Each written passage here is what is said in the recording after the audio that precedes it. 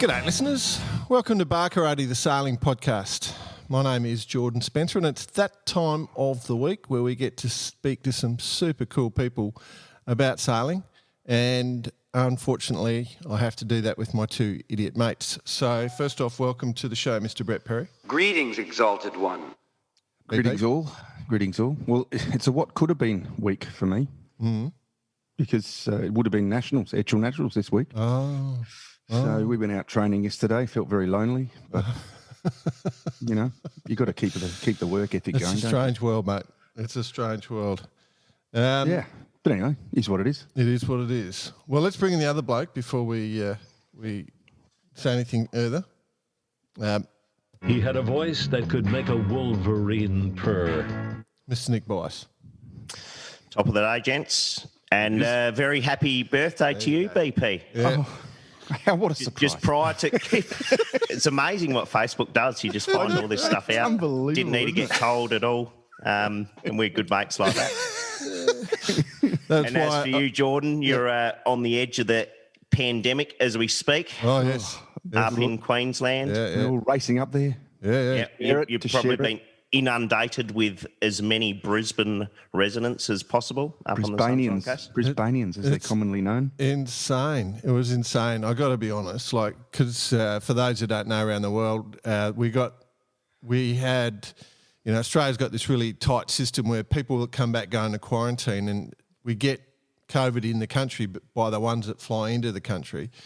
And what's happened is one cleaner of the hotel, the quarantine hotel, has had it, but the UK strain, so everything's just gone straight into lockdown to shut it down. And so the Premier, which is, the leader of our state, has just said, righto, Brisbane, you're into shutdown. So the Brisbane area, the Brisbane city area is shut down at 6 o'clock tonight. So, of course, everybody in Brisbane just took off straight out of Brisbane, and now they're all up where I live, which is an hour north, which is this sort of glamour. I live on a glamour holiday spot, and and everyone's up here. Everyone's up here. All the people that are supposed to be isolating and not circulating are out in the surf having a grand old time. So, So can I ask, Jay, where's the current Queensland stock of Bar Karate Sailors lager? It's down in Brisbane. We missed that opportunity. I actually did go and grab about 20 cases. So I've got 20 cases here that I've got to deliver. But my plan was to go and visit all the yacht clubs this weekend down in Brisbane and lock in some deals. And then, had to shut that down. So anyway. Boys, I'm just going to say, it's lucky we've got Bar Karate to talk about because it's been a quiet news week. Yeah, hardly anything's on in the news, especially in the territory of where our next guest is from. Well, there you go. That's what I was getting to. We're going to have I guess we'll bring him in. Last week we promised I guess we wanted to try and bring in something to talk about the Vendee, and we wanted to get some expertise.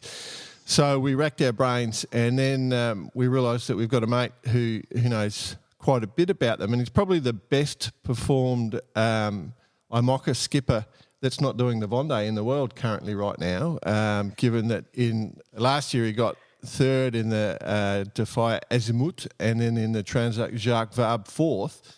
So he's right at the front of the fleet, and also skippered several Volvo Ocean Race entries. So it was a no-brainer, really. We would just jump on the phone and get in this man, particularly because he's in America and he's probably hiding at the moment with all the potential COVID that's flying around in that country. So we thought we'd bring in Mr. Charlie Enright. Welcome to the show, buddy. Thanks for having me, guys. Appreciate it. Too kind in your intro, as per usual. That's the bit we edit out and change it later. Okay. Yeah. Oh, Jordan, he's getting pretty good at his intros. That's it. We'll talk about you personally initially, Charlie, just to give people some sort of background. So, for those who don't know Charlie, he's from Rhode Island in the States, which is pretty much the capital of sailing in the US, I guess. Started sailing at 5 in Opties. what I understand, you came together, where you became to the forefront, where we get to understand you, was through the Morning Light project in 2007, that Transpac event, which was on the TP52, where all the youngsters got together and had a ball. And that's where you met Mark, Tal, and then you guys formed the team, go on. You're pointing? Yeah, that's where I met the great Nick Bison then too, actually. Captaining around the Pie Wacket. And our just after the AVN campaign and whatnot. Yeah. Our sympathies for that. You would have partnered up. We've heard a lot of stories actually. So, and then you got the team together for Alva Medica, and then the Vestas 11th Hour, and now, of course, you have the 11th Hour campaign. So that's the sort of speed run. And I guess what I was thinking of doing, gents, is doing my own speed run. When I was setting up the meeting and the request, I was going through all of Charlie's different email addresses. All American Ocean Racing, Vestas 11th Hour, Charlie at. And I thought, it's actually a good way to do a resume. Just list your email addresses. I think it was Jordy Schaefer that used to say, I'm not sending you a CV, I'll take a picture of my closet with all the different jackets and figure out what I've done. There you go. It's a good way of doing it. So you obviously made the choice to go sailing as a young lad. That was you never had a chance, obviously. You know, sailing's a big part of your family, yeah? Yeah, I mean, I got into it young. You know, as you kind of referenced, Narragansett Bay and Rhode Island are kind of the center of the sailing universe. You know, says one biased resident, but you know, I think most would agree. Here in the States, my grandfather was a boat builder. It's kind of all I ever did growing up, and even through uni. And then, you know, the Morning Light Project definitely helped present, you know, sailing as a professional career, and figured if I didn't give it a go as a 20-something-year-old, it'd be harder to shift back when I was 50 or 60 or something like that. So that's kind of how it started. And you know, you talked about my relationship with Mark. You know, we certainly do everything together. And you know, the Volvo Ocean Race, as it was affectionately referred to back then, was always our dream. And there aren't a lot of seats, you know, on the boats in that race. And as inconceivable as it may sound, you know, we thought we had just a good chance to create our own team as we did weaseling our way onto one of those boats. And so that's what we went out and did. And that's what kind of got us to where we are today. Okay, so let's just rewind the clock to that. Man. When it first, the seed got planted. I mean, it's a massive project to get off the ground. And when you first planted that seed, what was your first step? You know, certainly talking to people that had done it, you know, and had put teams together before. And at the time, Knut Frosted was running the Volvo Ocean Race and was super supportive of our effort, you know, having put together teams himself before in the past. And, you know, he really believed in helping teams get to the start line, particularly teams that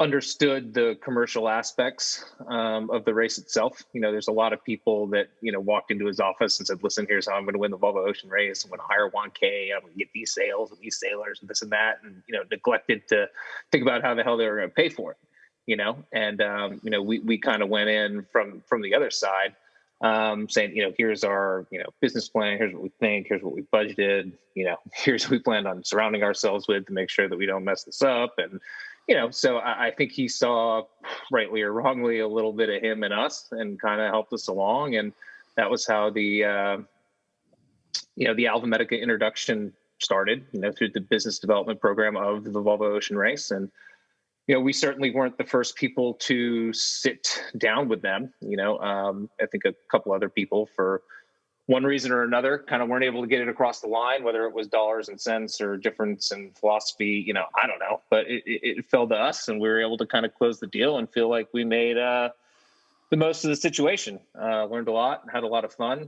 exceeded expectations in some ways, but, you know, maybe not our own, which is why we're, you know, continually back until we kind of punch one through. But yeah, I mean, it's a long-winded answer, but we just kind of went for it. I guess it's also an answer that, and there would be many people that have assisted you along the way, and especially the Disney family. in what they created with Morning Light. And the reason I mention that is having been around, as you alluded to, the Pie Wacket program during that transatlantic when you did Morning Light, and just seeing the support that Roy Senior gave to you and what he created. And I actually remember going to see the movie Morning Light when it was came out first time in Newport. So you're the one. No, it was that special shooting star that went across that everyone was impressed by. But the Disney's Roy Senior, who's passed away now, but Roy Junior, who continues to follow your dream and keep you on the path, is been a big part of it. Massive part. I mean, what Roy Senior, I guess, Roy E. Disney, did for us is nothing short of amazing, and we're very conscious of that, and where we can and when we can, try to create those opportunities for other people, because we've been very, very fortunate, to your point. And Roy P. Disney, who continues to campaign the Pie Wacket in this day and age, has also been a great supporter of ours. And whether we're sailing with him on his boats or, he's sailing with us, on the 65, he did the last leg of the last race with us. Just recently this fall, he came sailing on the 60 with us in Newport to do some training. And, we did the Wizard campaign just a couple, I guess, seasons ago it is now, and brought Roy with us on the Fastnet race with the Askew brothers. And, he's been a tremendous, tremendous help for us personally. I'd like to think it's a kind of a two-way relationship a little bit, gets to go sailing, and, we get to hang with a good man, and it's been a good couple months, certainly for Roy with the advent of Disney Plus and whatnot. Timed that well, didn't they? So yeah, not bad. But just for the record, having met and sailed and been involved with Roy E. Disney, we do get to meet a lot of owners in this sport, and he was certainly one of the great ones, one of the good ones. Always there for the right reason, picking good guys and putting good teams together, and that's why they've been successful from that sense as well. Yeah, I mean, during, to piggyback off of that, I mean, during the Morning Light project, he was there every day, I mean, it's not like he funded the thing and stroked a check and was kind of hands off. I mean, he was there in his, Aloha shirt and his New Balance shoes, driving the minivan to Costco to get the groceries, to feed the backs. I mean, just what a guy. I mean, I remember spending, his 77th birthday with him at, Waikiki Yacht Club. He was just amongst it, the nicest guy ever. Yeah. Yeah. You seem to be quite good at making relationships with owners then, Charlie, because I would say that you and Mark have a fairly significant relationship with the foundation that sponsors you now and the owners of that. I can think of one occasion when you were having a very nice dinner with Wendy Schmidt in a restaurant in Spain, and at a very exclusive restaurant in Spain, and there was a table full of idiots just across from you, making it very difficult to act professionally. But you do all the hard work. You guys maintain relationships very well. I think we try to simply put, treat people as we'd like to be treated, and I mean, Wendy and her group of folks at 11th Hour Racing in Newport have been longtime supporters of ours. You guys had, I think, Rob McMillan and Michelle Carnevale on the show earlier, maybe a month ago or so. And, I've known Rob, one of the co-founders, along with Jeremy Pochman, since I was probably, 15 years old or something like that. We grew up on opposite sides of Narragansett Bay, grew up sailing against each other, have a very, very close mutual friend who was my kind of sailing coach growing up at university. And, he grew up driving boats that Rob was crewing on. And, we put together a team called the All-American Offshore Team, presented by Oak Cliff, I might add. They've also been a Do you have your own email address? Do you have your own email probably, address? Yeah, I'll check the archives, but there's probably some URL out there. Charlie at something. But no, that's when our relationship with 11th Hour Racing actually started in 2011.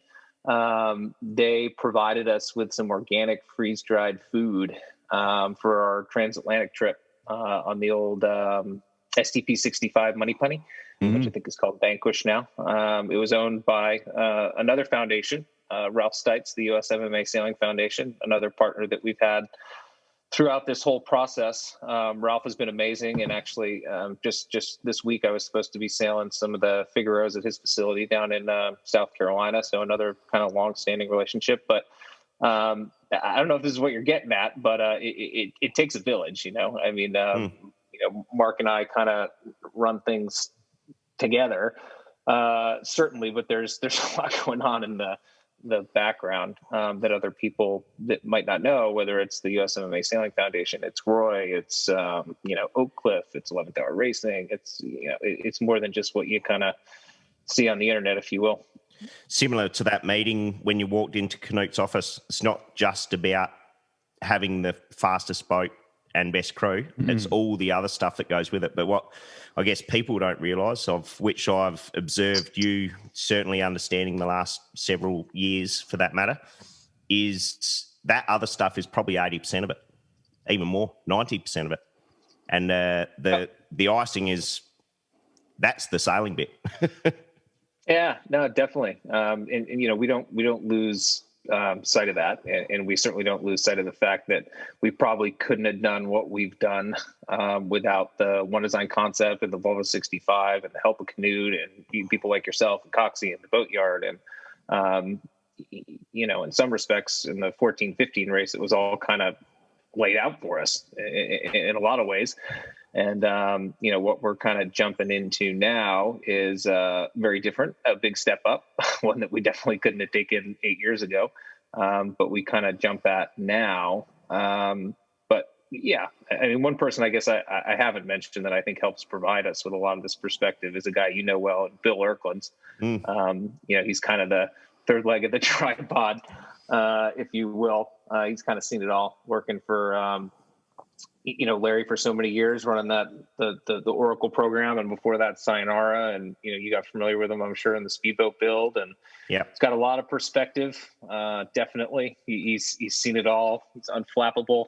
He's got a pretty smart wife too, which works to our benefit occasionally. They share a home office with a general counsel of an old America's Cup team, so that's pretty handy. But yeah. Absolutely. And that allows you and Mark to concentrate on that sailing side of things as well, as I can imagine, because, again, all that back office stuff needs to be done. And if there's anything to be learned out of that, is you cannot afford to neglect the back office at all. Yeah, well, I mean, just in talking to Canute, it's like, okay, so you get the money. Where are they going to send it? And, it's like crickets. It's like, my personal checking account in Bristol, Rhode Island. Yeah, that's not going to fly. So it's like, you got to have a company, you got to have an accountant, you got to have attorneys. It's just, there's a lot. And that's the point I was alluding to earlier. Is you've got this idea, it's planted, and you go, yep, let's do it. And two young guys, we're going to take it on. And then this comes up. You've got to run a company, you've got to put all these people in place. And I guess you've learned a lot about business along the way. Yeah, whether I actually use it or not, it's what I went to school for. It's what Mark went to school for. And actually, he's continuing to go to school for. Mark's in the process of getting his MBA right now, as a way to hopefully, further our future endeavors together. But yeah, it's it's tough because there's no script, certainly. I mean, no two sailing teams have ever been run the same way, funded the same way. So, to some extent, you got to kind of make it up as you go. But, you get a core, I guess, understanding of how it works, and you can kind of lean on that to help solve the problems that lay in front of you in each particular situation. So. Well, I guess you're surrounding yourself with the right people, and it enables you to get out and do what you do best. And that's what you need to. And that's why it's a success. If you're trying to do it all yourself, you're trying to do it all yourself. It's impossible. Absolutely. Yeah.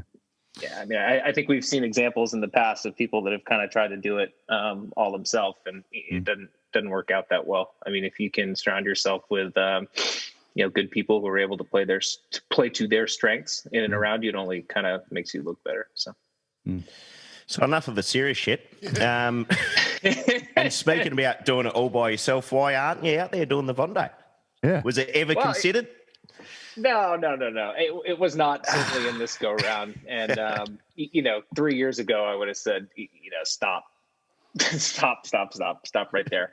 But having done the TJV and the double-handed thing, it's certainly not out of the question. I'm not saying the next Vendee Globe. You probably want to do another race or two before that, single-handed. But I'd like to give it a nudge, single-handed stuff, and see if it's for me. And I certainly wouldn't have said that, like I said, three years ago. But after doing the TJV and all the training sessions and kind of living in France and lapping it up, and yeah, it's special. It's different, but it's fun. And for me personally, it's a departure from what I usually do on the boat in the crew configuration. So every day was different, and it was fun and challenging, and test myself, and it was cool. Guess it's so you'd be good at going to sea by yourself, Jordan. Given you love your own company and all. Could you imagine the conversations? Oh, jeez. It'll be all pre-recorded. Imagine the episodes would have. No. Do you know what I reckon he would do? Do you know what I reckon he'd do? I'd reckon he'd pre-record actual discussions and actually reply. I reckon it's a funny one. That a lot of crew we've admired the Omoka class or the single-handed on the French, the way that they do it, and trying to imagine whether growing up in a crewed environment, whether you'd like it. When you first got out there, just in the double-handed stuff, was it comfort straight away, or you were didn't quite know what to do? I mean, obviously you're busy, but you're like, do I like this? Do I don't like this? It's kind of cool. Obviously you do like it. Yeah, I liked it a lot just because every day was like going to school, whether it's learning how to do the front of the boat, which is something I'm not accustomed to, or, getting my head more wrapped around some of the nav stuff, or, the boat mechanics, the engine stuff, the spares, you name it, driving with an autopilot. I mean, everything that I was doing 2 years ago was completely new to me and very foreign. So it's like there wasn't even time to think about whether I liked it or not. You just had to kind of get on with it if we were going to kind of achieve some of the results that we aspired to achieve. So it wasn't until looking back on it, I guess I realized just how much I did enjoy it and how rewarding it was. Sorry, go on, boss. But those results that you did achieve in the fourth in the TJV and third in the Azimut, was that where you saw yourself? Better, worse? I don't know. I mean, that was kind of good. I'd say decent considering the iteration of boat we had. We probably had one of the best 16 generation boats, and that's how we finished. And not to mention who you're up against. Yeah, exactly. And pretty damn impressive. Pat certainly having the help of Pascal was, amazing. It's just a little bit of everything. It's the French seem to be so well-rounded in that way, and obviously it manifests itself in a successful team environment too, with Dongfeng winning the last race and Groupama 2 races before that, and you just get all of this knowledge on a boat, and if you can manage all the individual personalities, success ensues, lo and behold. So it's impressive stuff. I often say that if you're a sailing enthusiast, you've got to spend some part of your time in Lorient and go and check it out. The scene is just unbelievable. Yeah, it's wild. I mean, I didn't even know that these things exist. And a lot of people in the world, and a lot of people in the world don't. This is it. Yeah, not only that corner of the world, and just how ravenous the community is for the sport of sailing, and particularly offshore sailing. But we were lucky enough to participate in these. They call it the pole, which is the Omoka, or not specific to Omoka. They do it for Figaros and I think the old teams and the Omokas and what have you. But it's organized offshore sailing camp, basically. There's 10 to 15 boats, and it's bi-weekly, and there's data sharing and focus on different objectives. And it's no wonder that they all get better together, and everybody's level rises at the same time. It's pretty impressive. Yeah. For sure. So let's get into something I would think you'd find interesting. You would have had this experience multiple times in your life. The first one I want to talk about is that, when you pulled your first team together, the Alva Medica team, when did it hit home for you, that, hey, this is happening? Was it when you got your first check-in, or was it when you were walking down to the boat for the start of the race the first time in the Volvo? Or was it that first night at sea, or was it the first time you hit the Southern Ocean, something like that? When do you have all these sort of like shake your head moments? Every day? Yeah, every day. I mean, every day was a first for us. Getting the check, the import race, and Alicante, we were fortunate enough to win. It was a big moment, and then setting off on a first 27-day leg at sea, and then first podium, rounding Cape Horn in first. It's like, every day, basically, Mark and I would look at each other, we'd pinch ourselves. We'd be like, we're the luckiest guys in the world. To some extent, you make your own luck, and you don't rest on your laurels, and you keep working hard and on to the next opportunity, and blah, blah, blah. And, here we are with 11th Hour Racing, even, luckier than we were years ago, because not only are we continuing to pursue our passion, we're doing it for, a cause that's near and dear to our health, and sustainability and ocean health. So, I mean, we don't take our position lightly. That's for sure. So I guess I was alluding to the fact that when you got the new boat, or the boat that you've got currently, the Amoca, you must have almost gone through that same sort of thought process, that same feeling, because it's such a quantum leap in terms of style, that boat. Certainly. We went sailing with Alex when we first picked up the boat in the Solent, and the first time you're kind of up on the foil, and the everything just feels so light. It's like a kind of Mack truck and a feather at the same time, just floating above the water. That was certainly crazy. And then I remember during the TJB, we had this like 24 hours of like complete chaos, and I just wanted to WhatsApp Nick Dana and be like, "Hey, can you come fix all this stuff?" I had to kind of put my head down and like, do it all myself. I remember we had like I was busting with those guys, with him and Tommy Johnson. It was like, "Hey, we got a pretty ferocious bro peel coming up here in 36 hours. Are you guys available?" Meanwhile, I'm on the boat with just Pascal, and I know that I'm going to be the one like taking it on the chin at the front. It's like, it's just all different. It's all different. It's crazy, isn't it? Like, do you like the Amoca boat more than, say, the 65, or which one do you prefer sailing? In a fully crewed configuration, I would say, let's keep that together. Yeah, the fully crewed thing is going to be difficult, certainly, in the Amoca moving forward in the context of the ocean race.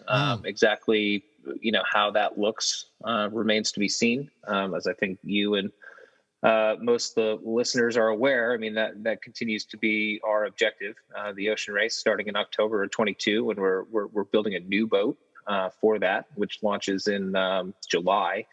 That's kind of been a bit of a saga, because it was on an initial timeline, and then when the race got delayed, we kind of intentionally delayed the timeline of the build. When you're building a new boat for a particular event, it's always this, how early do we get it in the water so we can test its reliability, versus how late do we push it so we can make sure we get the best design. And, we kind of tried to retool the design and build schedule around the Vendee so that we can incorporate some of what we saw in that, into the new boat before it hits the water. So that was kind of a calculated change on our part. But yeah, the crewed stuff's going to be different. Obviously, the goalposts have shifted a little bit. It was originally supposed to be a crew of 5, and now it's a crew of 4.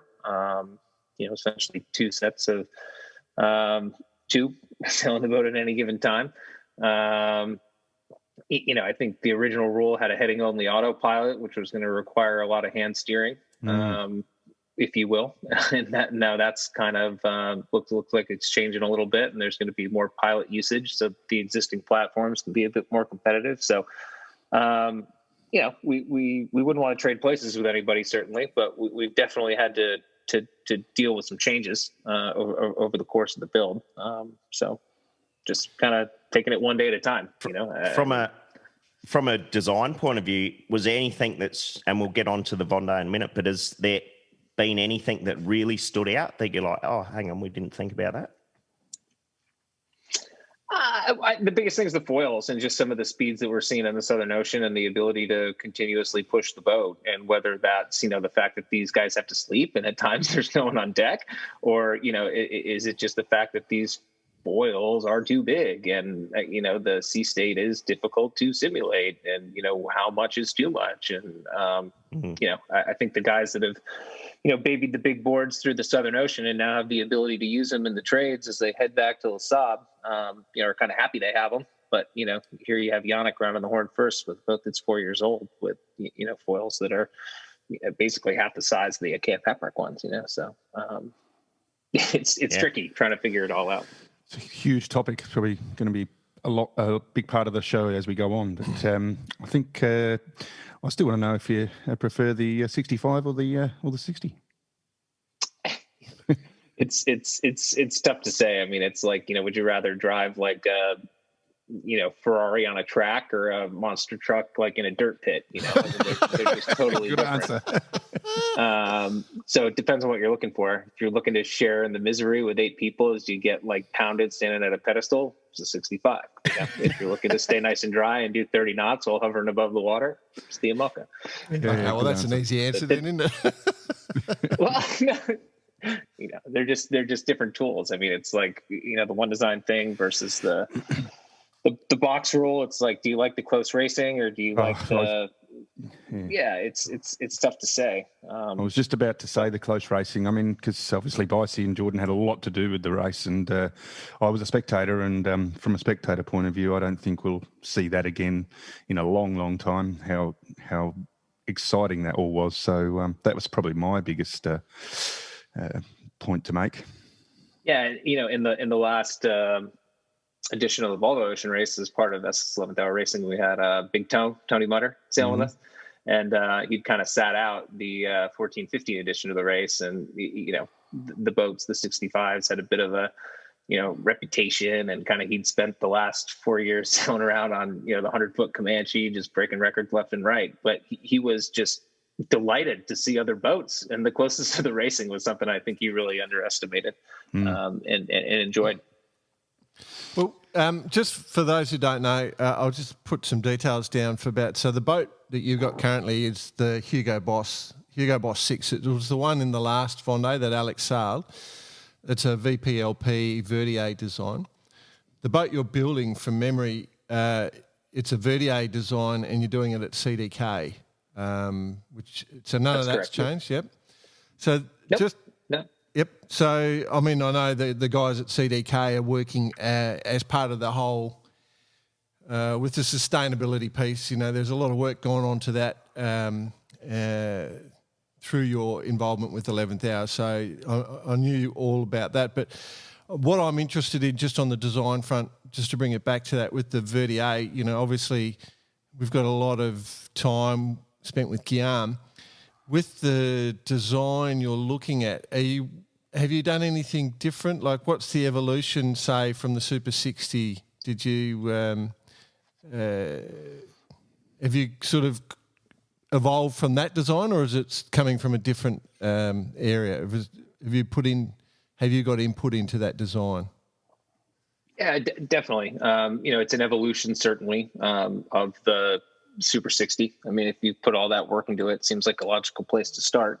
Right. But over the course of the last few years, both Guillaume and the folks on the sailing side have learned a lot. So we like to think we've taken steps forward with not only the hull shape and the foils and the sail plan, and there's a ton that goes into it, definitely.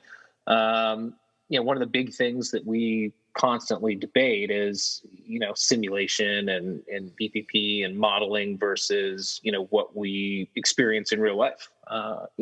Guillaume has a relationship with Team New Zealand, and we see those guys achieve a lot of success, in the America's Cup. And, currently he's achieving a lot of success with his platforms on the race course with the Vendee Globe. So we definitely think we got the right guy. and as part of that, we think we're working with the best tools in the world, but, it's pretty tough to simulate, the sea state that these boats see, in the Southern Ocean. When you look at the computer screen, when you're using the simulator, it looks like you're holed up behind Rangitoto and Waiheke, and there's nice flat water, and that's kind of how it's going to be. But the sea state in the Southern Ocean, when you get westerlies, northwesterlies, southwesterlies, you get cross swell. It's tough to simulate, and kind of how the sailor feedback and the practical information works with the simulation, and the VPP is kind of the crux of this whole thing for me at least. Did you you mentioned before the show you listened to the episode with Ryan Breimeyer, and he had a lot to say about that. Basically, the sailor input, and if he was to do a boat, it would be a narrow boat, utilising the foils, have a lot more rocker so you can drive it in the Southern Ocean. What do you take from that? Valid? It's valid. I mean, they're all good points. It's tough because with the ocean race, you got legs where you got to cross the equator 2 more times and actually go upwind and tight reach and use the form stability of the hull, and so it's not that cut and dry. You wouldn't do the same thing. But Ryan is no dummy. He's got some really good ideas, and he's not afraid to speak his mind, and he's seen a lot. So I certainly respect where he's coming from. Recently, I guess we have to talk about the foils because I know on your last transatlantic run or the one before, you had different foils in each side. So you've been experimenting. What are your thoughts on foils at the moment that you want to share? I guess you probably won't tell us everything. No, I mean, I'm happy to tell you what's relevant. I alluded to some shifting goalposts before, and that's kind of the case with the foils in the Imoca class right now as they learn more and more about what they're experiencing during the Vendee. It looks like there's going to be a limitation on essentially the size or power ratio, if you will, of the foils for the next Vendee Globe, and that's for a host of very good reasons. It's to reduce cost. It's because, I guess, when you're sailing around the planet in the south, there's marginal return for the bigger foil for a good percentage of the race course. And then also the lead time for making these things. The French sailing season, which is where most of the Imocas are currently housed, is 6 months. And if you break a foil in the beginning, it's tough for the sponsor to stomach that boat's not going to be competitive for the rest of the season because they take approximately 6 months to design and build in their current form. So they're trying to put limits on it. But for the Volvo ahead, Ocean Race, so you go around in the current rules. So your foil development's still pretty critical for you. Yeah, this week. The race is under the 21 rule, but one of the things that the Imoca class is looking to do for the 25 rule is to ban T and Y foils. We have one.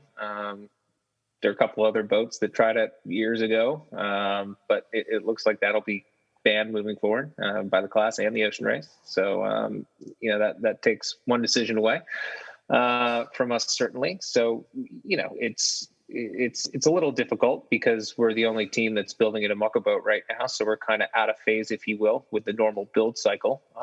But, the positive side of that is, we should certainly have the fastest Imoca in the world, hopefully, for the next 2 years. So, it's a good position to be in.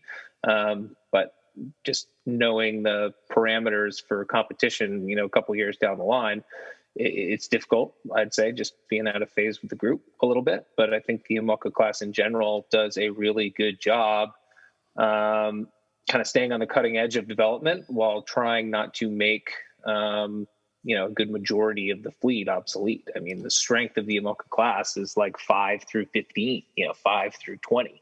It's these big numbers. It's not the 5 boats that have a chance to win the Vendee. You've only got to look at this year's edition. Yeah, I mean, there's 33. They had to expand the number of entries. I mean, they're doing something right. Yeah, it's impressive. But even the positions on the racetrack. I mean, the boats are just it's just such a varied version of boats. Yeah, definitely. I mean, we're kind of sitting there secretly hoping that, Charlie Dolan's our training partner. We want to see the guy win, definitely. Good guy. But from a team that's trying to sell a 2016 generation boat in a couple months, wouldn't be bad if Yannick won either. Exactly. So there's the businessman coming right out. There you go. Oh, did I say that out loud? by the way, we could put up on our notes on how to contact you to purchase the boat if you want. Yeah, any of the email addresses. Any of the email addresses. The show with. Yeah. So plans with the boat, launch it in July with the eventual plan for the start of the ocean race, October 22. What do you have on the agenda between July and the start of the race? It unconfirmed at this stage, but we'd like to kind of align ourselves with the AMOCA class and some of the events that they have on the calendar for 21, because I think it's a good way for everyone to kind of cut their teeth and get their head around the boat and the class, and force people to get outside their comfort zone and learn new things. And I think it'll only make us better for the ocean race long term. Yep, here. Just before we might jump into the Vendee shortly, but there's a question. I got a couple of sort of specific to Charlie questions. This is not the Bicey's 3 questions. What do you call it, Bicey? Oh, 3 questions from Bice. No, okay. Yeah. Like all the real serious stuff. Clever name. Your greatest achievement in sailing? You're only as good as your last race, I guess, and no one raced in 2020, so it's probably the TJV in 19. I mean that. I pushed myself to the brink, and okay. I think that was probably it. Okay. And the coolest boat you sailed? Probably the AMOCA, okay.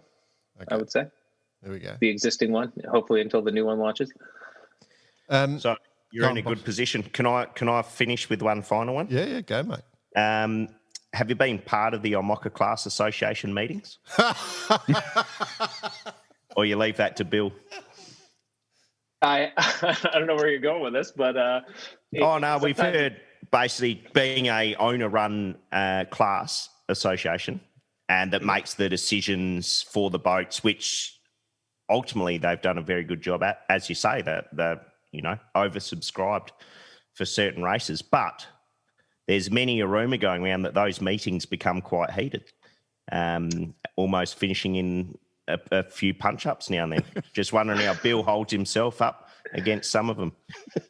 Yeah, I feel like because our situation is unique in that our ultimate goal is the ocean race and not the Vendee Globe. We're kind of, at least for now, until there's more people in our position, a bit of an outlier. So I mean, we don't really get mixed up in it. Toe in too much, yeah.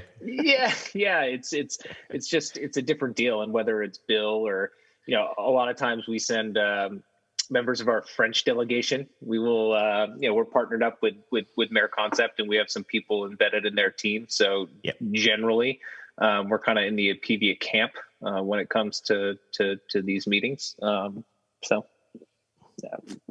have not been to them. No controversy. They're a little mysterious. So sometimes I'll be like, oh, there was a technical committee meeting last Tuesday. I had no idea, because it's just like, I'm not in the French mafia. So of course I'll just get the minutes and not the invite. And, it's, we're slowly penetrating. But, maybe they're sending your invite to the wrong email address, Charlie. It could be that. They might have an old one. That's a good call. That's a good call. They should just send it to charlie@barkarati.com. That's right. Well, rotational host. Yeah. Okay, let's talk about the Vendee. Can we are you watching it? Yeah, of course. Yeah, definitely. okay. Like everyone else in the world. It's the only thing on. It's the only thing on. Well, there's a couple of other there is a race that started a couple of hours ago. But I guess what I want to do is say, let's look at that leading pack. What do you reckon's going to happen? I don't know if you've done any routing or looked at the weather or anything. What do you reckon's going to happen over this next week? You gotta like Charlie Dolan. I think personally, as a guy who sat on a 2016 generation boat in the trade winds and watched a 2020 generation boat sail on by, much less sail area at a couple knots quicker. Yannick's done an amazing job. He sailed a great race. He's going to have to probably be a weather system ahead to stay ahead. I would think he's got some extra time in his back pocket, which is unique, certainly. Yeah. Definitely. So whether it comes to that or not, who knows? Anybody's guess. But I think the South Atlantic was pretty tricky for these guys when they came down through it, headed the other way, and I think it's just as tricky now. I mean, now the trades are just starting to establish again, but I'd be certainly surprised if anybody outside the top three came in and won that thing. It's just whether or not Yannick's going to be able to hold on. But if I was a betting man, well, I guess it's interesting because those guys both have damaged port foils, which is the one that they're going to use primarily from here to the finish. But still, I mean, Charlie's doing 24 knots right now, and Yannick's he's in different water. He's only doing 9s, 10s, but if they were in the same water. If they were in the same water, I think. Yeah, but half the lead overnight, So we're seeing the charge now. But I guess the rubber band effect comes in certain stages, but we'll see what happens. I think the next couple of days are critical. Yeah, definitely, I agree. But I think in normal trade conditions, crack sheets, the new boats should be 2 to 3 knots quicker. Sure. I'm intrigued, because I guess we're all waiting to see that happen, like if you look at the race, we just haven't had those conditions where they sort of just what we expected for them just to be smoking away, like that's, if you think back to the previous edition, that's sort of the vision that I've got in my head, that they just be on the foils and just charging the whole time, but we haven't had those conditions at all this year. Obviously COVID's affected the weather. But now, like, we're just waiting for those trade winds to settle in, and actually watch it happen is something that we're all hanging on to. So, as you said, Yannick's got, I think, 10 and a half hours in his back pocket, but he is heading right into the middle or the eye of a weather system at the moment. So it looks like he's in very, very light winds. And who will come out, I guess we have to declare an interest. We're in the Charlie camp as well, I guess, is probably the fair thing to say because of the boat. So, it's going to be interesting. So Charlie and the team on Epivia to win the Vendee. Get your money now. Yeah, that's what I think. But not only because of the boat, but because of the guy. I mean, I know the guy. He's just solid, level-headed, conservative, doesn't put a foot wrong, unflappable, smart, trained naval architect. It's it's like Superman. It's like the guy got out of the phone booth and onto the boat. I mean, he's legit. He's got a pair of those new Musto undies that he puts on the outside, as well. Of his gear, yeah. They're Gore-Tex. Did you know that? That's right. Don't like the colour. You haven't seen his cape? I love it. He's got a Gi-Katen cape. I love it. Yeah, there we go. You guys are so funny. Cool. All right. So what about some of the standouts on the Vendee? Anything that sort of has surprised you? Obviously, I think for me, the interesting element is I wanted to see Charlie's boat versus Sherelle versus L'Occitane. I wanted to see how they all lined up, and it pretty much got smashed on the head early on. Anything else or anything about that sort of jumps out at you? Well, I think, honestly, it's just another strength of the Epivia program is kind of being managed by Mare Concept and, Francois and, Antoine Gauthier, and just guys that know the task at hand, not just the speed of the boat, but the reliability, when to push, when not to push, when weight matters, when weight doesn't. I mean, just there's so many things that go into it to make sure that they're still racing here on day 65. I mean, it's a testament to the whole group. But, there's a lot of there's a lot of other subplots too. I think it's really cool how Jeremy kind of restarted and got back in the race, and how Sam, continues to sail even though her race is over. I think Pip Hare has sailed an unbelievable race, and Kevin Escoffier is lucky to be alive. Yeah. Jean Le Cam, continues to amaze, at his age with a pretty amazing craft. I mean, it's just amazing when you get 33 participants. There's so many stories, and there's kind of winners and losers all over the place every day on the race course. So it's really riveting stuff. So I guess at this point we're just talking about stories. Sorry, Jordan. Got a good one? Well, I was just saying, you've got here on your run sheet Pip Hare. I mean, what a week for her. And what she's been through and the way she's been getting it out there, that was an extraordinary story, and what she did was pretty unbelievable, really, wasn't it? Yeah, amazing. I mean, she's a fighter. I mean, I saw she got her rudder back in, and she's on her way, and it was touch and go whether or not she was going to make it and get just to the start line, right?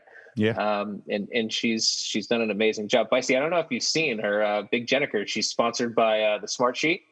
Yes. Oh, my favourite tool. That's correct. Yeah. If I know a guy that likes spreadsheets, particularly the Smart Sheet, it's Nick Bice at theoceanrace.com. Well, Boss, you'll be pleased to know I'm using it with the Far X too. So Yeah, well, I mean, it's a worldwide revolution. There's no doubt about it. Hang on, boys. Let's stop plugging Smartsheet until they give us some money. okay. A question, Charlie. The ice exclusion zones. I had a bit of it was quite slow, obviously, to get to the Horn for various reasons compared to previous races. A bit of a theory from my side is essentially they couldn't go far enough south where all the breeze was. Looked a bit hamstrung from that matter. Would you like to see it open up a bit, or? Yeah, it's tough to say because do you really want to put yourself in harm's way, or do you want to just get the pain over with a little bit sooner? Yeah. But when you look at the marinetraffic.com or whatever it is with all the AIS signals all around the world, and you see this little outlier below everybody else by a couple hundred miles, and it's Sotabo, just way south of the fleet doing speeds 2x what any Yamaha is, and probably constructed, a little bit more fragile.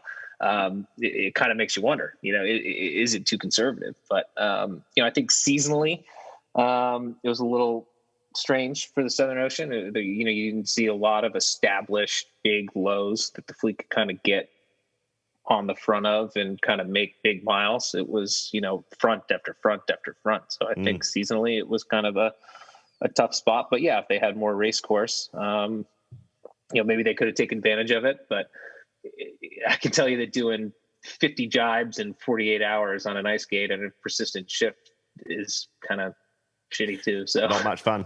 Exactly. Yeah. So ice skates in general need some addressing. Yeah.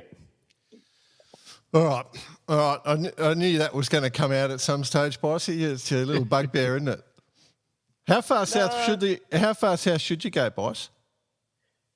Oh, just so you're not jibing along the ice skate. Yeah, but that's way more dangerous than anything I get else. that, but you're always because it's shorter the further south. No, you just go till you see the iceberg, then you jibe. It's easy.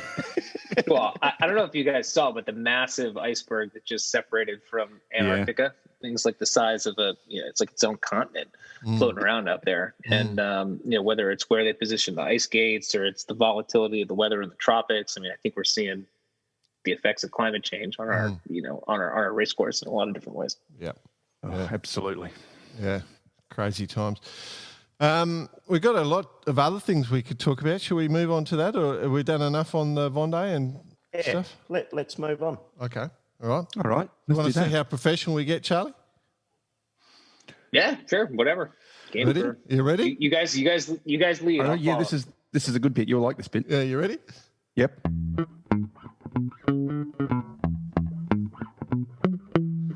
Change up of topics, righto. Before, quick, obvious question. Any secret pro news?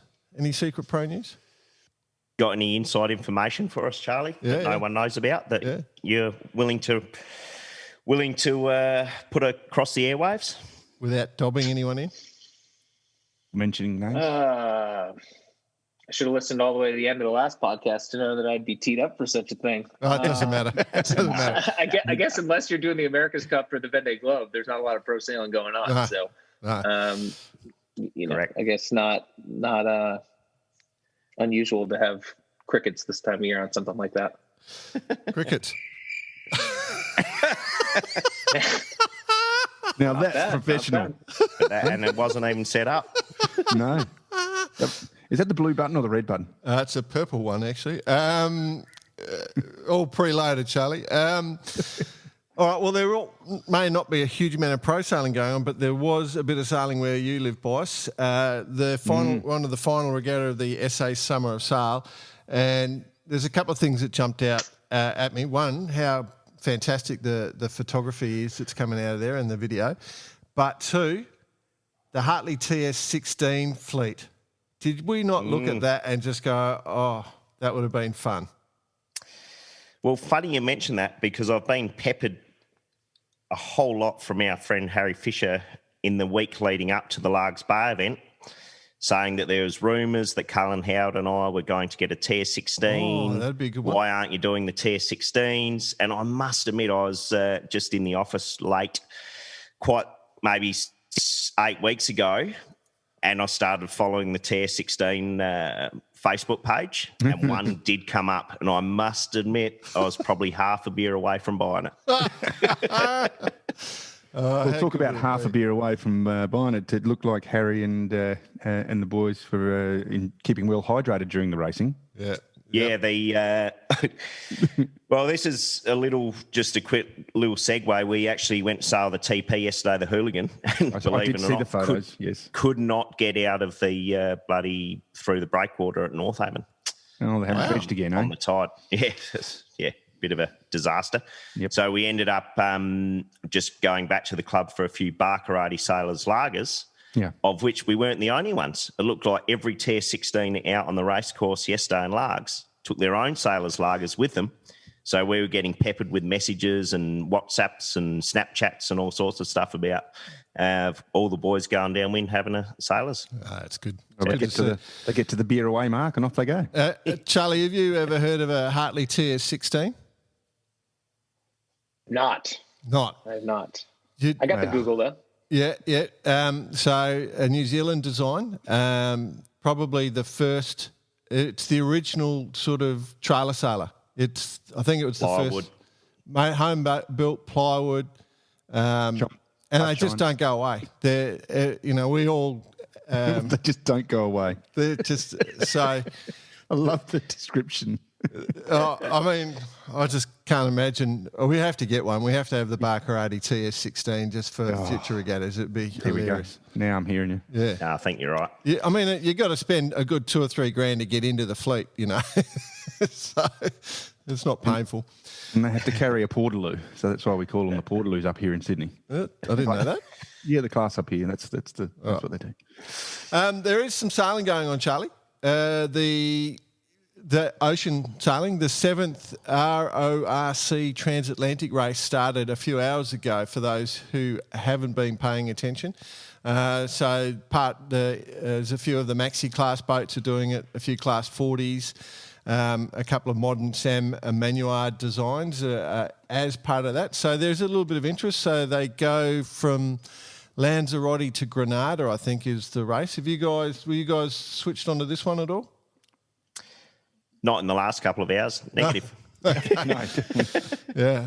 So that started just for those that are paying attention. So it always seems to be, I don't know if you guys have noticed this, when you've got one fleet going up north or south on the Atlantic, they always seem to do an east-west race at the same time just to see if we can create some crossovers and collisions at the moment. So they should be, well, actually, no, they might just sort of cross around the equator level. So it'll be interesting. But, yeah, anyway, there is a bit of racing going on if you're interested just with the offshore stuff. Not a huge fleet, but it is happening. We got the Gitana getting ready to go here. Oh, is it? That's right. Yeah, I think so. They came back because so. they knew that they wanted to be able to have another chance at the window when they knew they weren't going to get going. Actually, what about hitting things? What do you think about all that, Charles? I think you should try to avoid it. It's tough. I mean, there's a lot of technology that's going into it, and it's something that we certainly look at very closely. It's tough to figure out if some of the pingers are effective because they're on the boats, or those people just got lucky. You can't interview the marine debris and figure out why some people hit it and some don't. But it's obviously a real problem that needs to be invested in. Really. Yeah, I think you're right. There needs to be invested in, because I think every sailor in the world would love some sort of early warning system, for what's in the water. I think, if somebody could create that, I'm sure Canute's sitting there right now in his current role going, yeah, let's come up with that solution. I'm sure they're working on that right now. But we have the Oscar system on our boat, like a lot of the MOCAs do, which is kind of like a two-tiered system, if you will. It's the object identification through not only the camera but the infrared, but then there's the ability for the Oscar system to use the pilot to then deviate from what it finds in the water in front of it. And how far is that looking forward, Charlie? Just out of interest.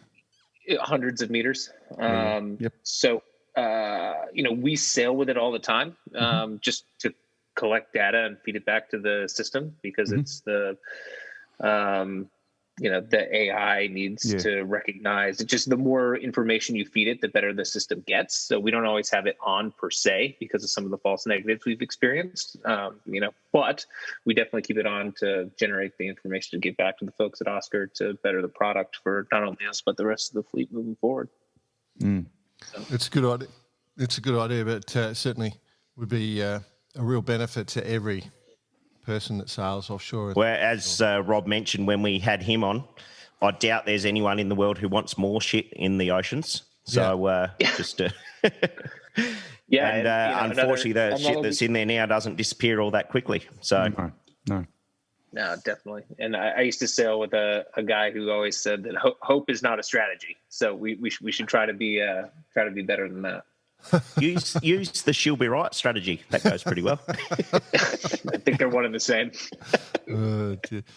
All right, let's talk America's Cup, because the Prada Cup starts in a few days. One whole month. Yep. What are we going to do? Everything's just going to stop. I know. I'm a bit nervous about any productivity. Well, not that I have to do anything. Well, we've only got to relate back to the famous 12th man line of fill the fridge full of piss and sit back for the next. It's not 5 fabulous days. It's 30 days. Yeah, it's going to be amazing. But before we get to amazing, Charlie, obviously you have a few contacts in the fact that some of your teammates are sailing in the class or in the racing at the moment. What's your views on the Prada Cup? Who's going to win? Who's going to come out on top? Are you biased in any way? Have you got any views on what's happening with Ineos? Let's just rain down ideas on us, mate. Well, I think the word is that Ineos has certainly improved in the last couple of days. I mean, they've been mixing it up. With the other guys just in the fleet racing that happened the other day, and some of the training they were doing by themselves, and then when American Magic joined in, some of which was windy, which is obviously a strength of theirs. And I think if it's windy during the Prada Cup, they'll mix it up. But I think they're also confident in some of the gains that they've made in the lighter conditions. And I was talking to someone on the team and said, well, we're on the foil, and as far as the binary phenomenon goes, better than last time. So, I think there's a lot of smart guys over there, and whether they do enough in the time they have to get it over the line kind of remains to be seen. But I expect them to be, certainly more competitive than anybody that kind of just checked out after watching the Christmas Cup expects them to be in the Prada Cup here moving forward. But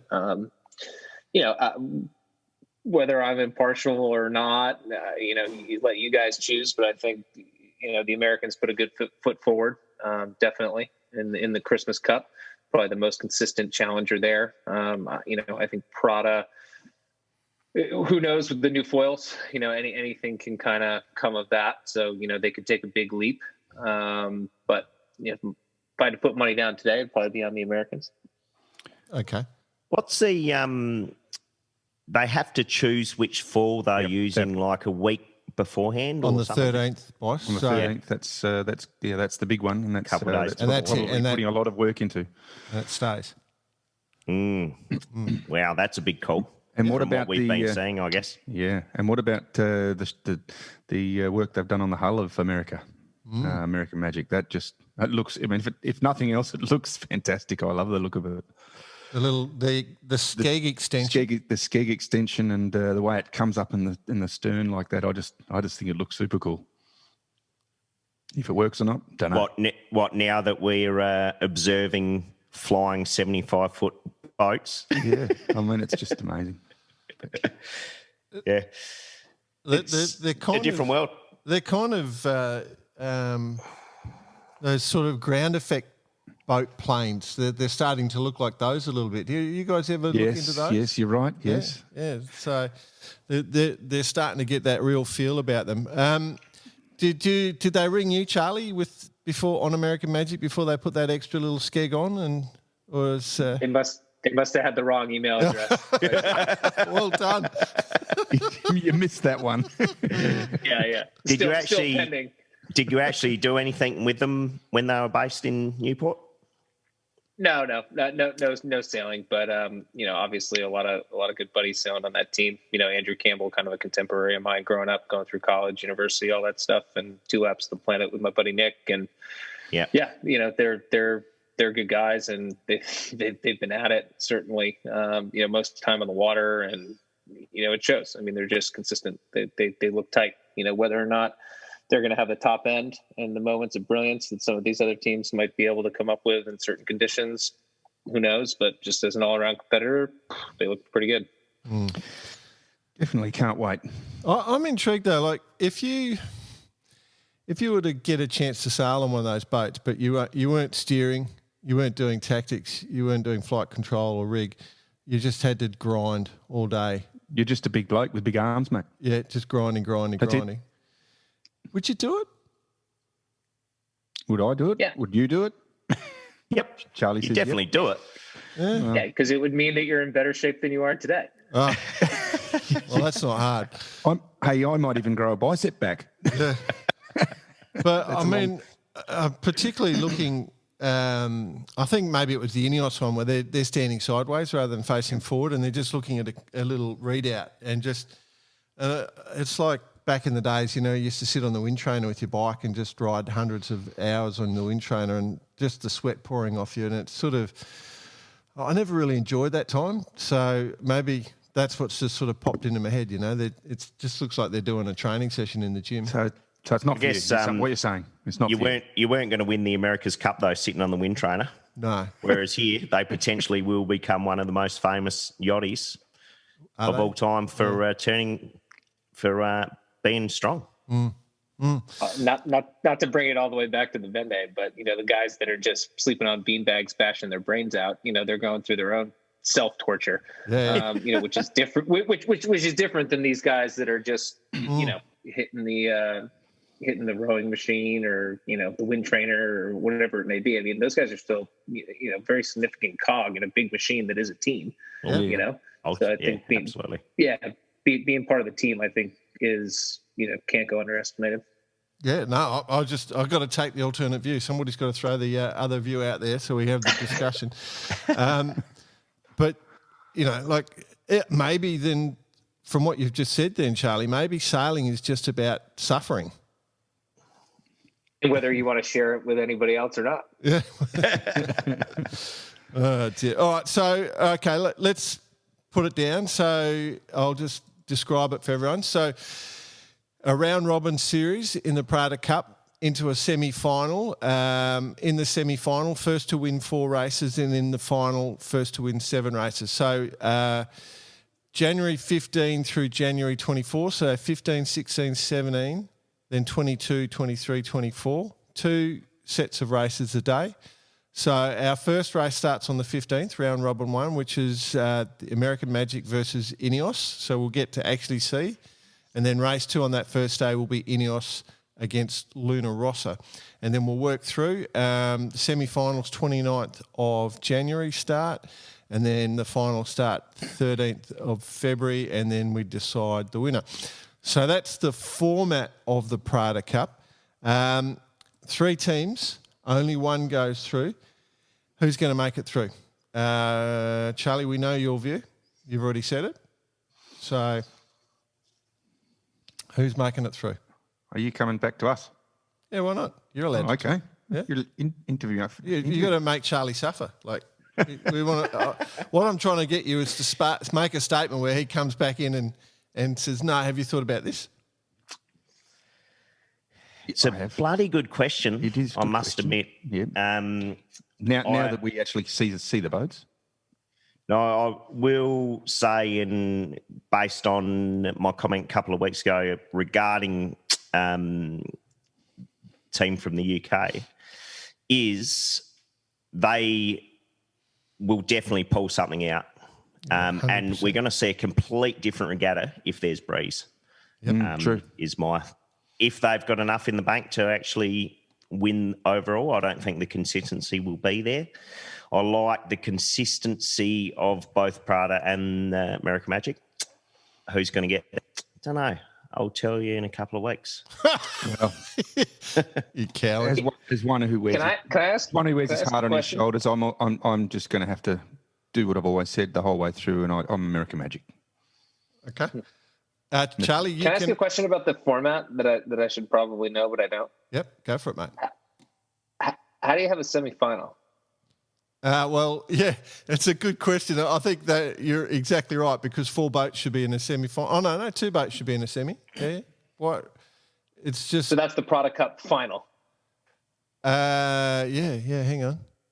Yeah, hang on. That's a great question. It's 2 versus 3 to get the right to sail against that's it. 1. Yeah. That's it. Okay. There you go. Okay, so it's like somebody gets a bye. That's it. There you go. Good question, though. Exactly. That's excellent. First ranked team gets the bye for 2 and 3 to race against for the right to It's like win wild the Prada card Cup. weekend. Yeah, wild card weekend. Exactly. Every player wins a prize. That's right. Okay. 6 Feel like the Esky, football games on this feel weekend. like the Esky full of cores and you're off. Yeah. Just like that.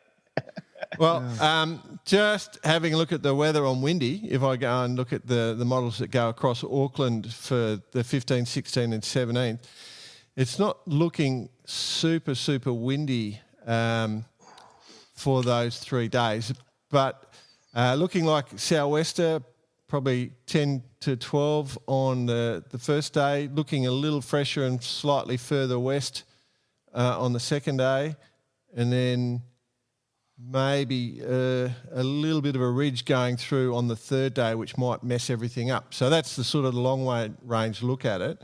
So it's cool. It's getting exciting. I'm pumped. I can't wait. Yep. I mean, we all love it. So the only thing we regret is that the Barkarati barge is not planted centre of the course, and it doesn't look like we'll be able to get there for the finals either.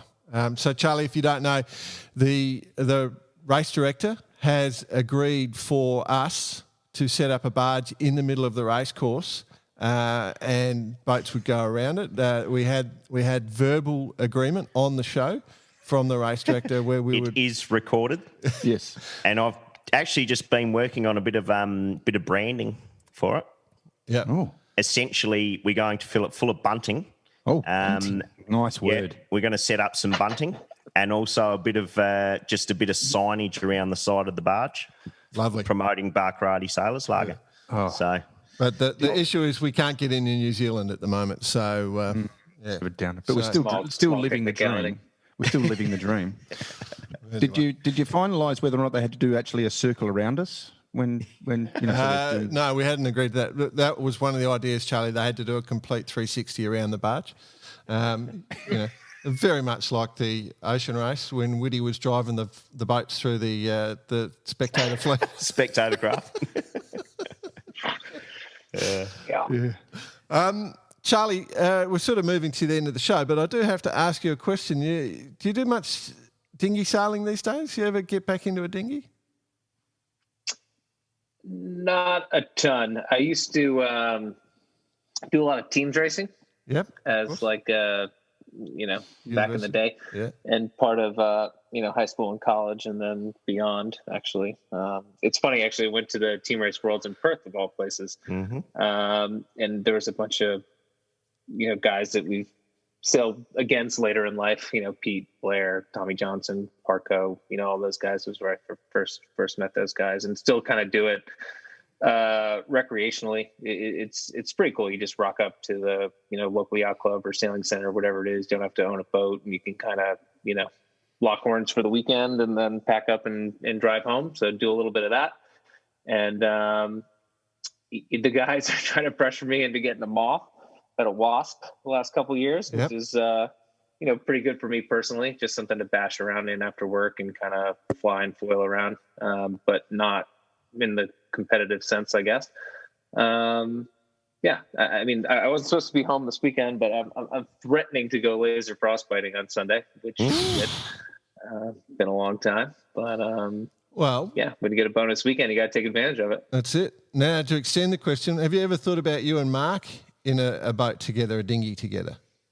How would that combination go? Like sinking or floating? A floating boat that sails. Yeah, a race. A floating boat. Yeah, we. I'm trying to think. We haven't done a lot of sailing in little boats together. We've done some Melga stuff together, but that's not really a dinghy. Well, is this a leading question? Yeah, absolutely. Of course it is. Everything's a leading question with Jordan. Okay. Bicey and I know exactly where it's going. He's setting something up for in 3 months' time as well here. Yeah, no, this is. We're going to be on a plywood barge, two of us trapezing on a no. It's in the middle of the America's Cup course. Conversation hasn't happened yet, but I know what's going on behind the scenes. So the opportunity may turn up. Have you ever heard of a thing called a 505? Oh, here we go. I have actually. I moonlighted in a 505 for a year with a guy named Pete Oury, who you may or may not know. I know Pete very well. Yeah. So I sailed with Pete. I worked in his boat shop, him and a guy, Lars Guck, back in the day when I was in college. Right. And they were importing those KISS, those Rondars, the 505s, and we'd kind of rig them, fit them out, go to a regatta and hopefully sling it and not have to tow it back on the trailer. Okay. Well, there may be an opportunity. The 505 Worlds have just announced that they're going ahead, COVID likely, if everything's under control and travel's allowed, in Bermuda, 27th of October through to the 5th of November. So big world championships on the same race course the America's Cup was, I think, is what I understand it to be. So that should be pretty exciting. That was just announced. Obviously, everything is dependent on COVID, but there is quite some favourable sponsorship from Tourism Bermuda to get the containers there. So it'll be pretty cheap for the 5.0 teams to get their boats there. And I got some good contacts and networks in the 5.0 world, Charlie. And you never know, mate. I might be able to provide you with a front of the fleet, cutting edge, very, very competitive 505 for you and Mark if certain things happen, if you're interested. Or maybe me and Pete. Oh, Pete, yeah. We can make, however you want to make that team work. Yeah. Pete. Actually, Pete's my neighbor now. He lives just up the street. Oh, well, say good day for me. I like the guy a lot. He's a great man. I was kind of waiting for you to announce your comeback there, Jordan. No. That's what I was going to that path too. I thought you were going to ask Charlie to sail with you. I did get, I must admit, I did get a message from a Olympic medalist and multiple world champion, one of Australia's more famous elder dinghy sailors, did message me the other day, and he said, maybe, and I just went, Jesus, dude, like between was that the one two Ian of us. Brown?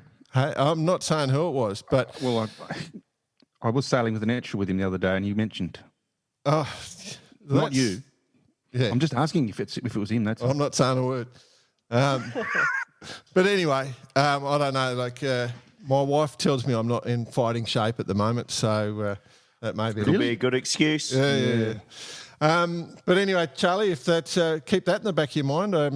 I will say there are phone calls happening in a couple of days where this may come up as a topic. So if you're interested, let us know. There you go. Team What's the date? Baccarati. Team Baccarati. 27 October to 5 November in beautiful Bermuda. You'll be able to do some 11th hour work down there. Sounds like a yes to me. It's a definite yes. I think I'm rearranging my sock drawer. Well, have a chat to Pete. So you're busy then? Or Mark, and then come back to us. I do want to quickly mention West Australian catamaran sailing.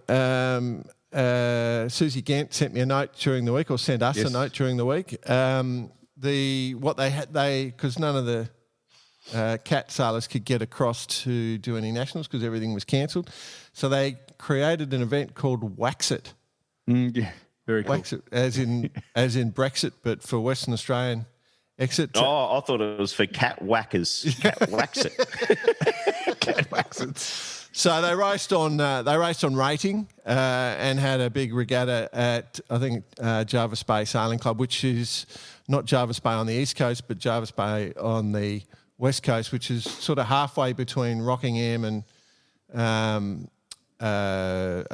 Fremantle, sort of halfway down the coast from Fremantle, probably near that where that big sailing museum is, I think, a little bit further south there. But had a great old week of sailing, and Susie and Cam, sailing a Hobie 16, actually won the event.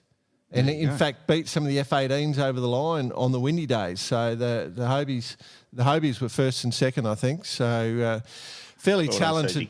Hey? Well done, Susie. Yeah, well, they're pretty talented. They're right at the front of that fleet on a world level. So congratulations. And then the last thing I've got on my notes, gentlemen, is, and particularly interested in Charlie's view, we've got several foiling keelboats projects have been announced over the last few weeks. Have you guys noticed those? Yeah. Yeah. What do you mean, BP? Oh, I don't know. Let's just see. Yeah, let's just see. Well, Charlie, you'd be half knowledge. I mean, I don't know even if you're still employed by North Sails, and are you still in that sort of program? Because North Sails are involved in the Flying Nicker project. You got any of the Super Nicker, the Mills one? Yeah. Yeah, it looks like a big challenge. They certainly got a lot of resource, kind of aimed at trying to figure it out. Are there other ones? Yeah, there's a new thing called, it's called the MW40OF, which it really rolls off the tongue. It rolls right off the tongue. Wonder how the jingle's going to go. The reason we give it... I'll get on to writing it for him. There is... so the designers of that, the boat, the Persico 69F, which is the little sort of...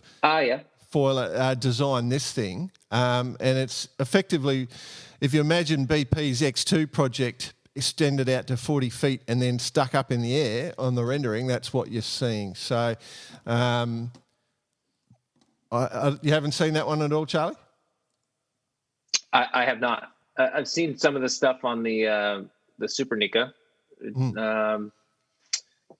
Looks interesting, certainly. That's the word I'm using. Yeah, that I'll go down that path. I mean, it's interesting. I mean, if it comes to fruition, it'd be, spectacular. It'd be wild. And it's, projects like this that move the needle forward for, more conservative, things in the future. It's got to kind of drag the masses with it a little bit. But if you don't have these crazy ideas, we just kind of get stuck down the same boats all the time. Dead true. Well, I like seeing it. I like seeing all this stuff. I mean, I guess going offshore and falling fully airborne, I mean, that was sort of what we tried to do with the Super 60. That was one of the ideas. But these are using the sort of more the foil technology that the America's Cup boats are currently using. So it's a sort of different looking foil. Certainly the Super Nicky or the Flying Nicker or however you pronounce it.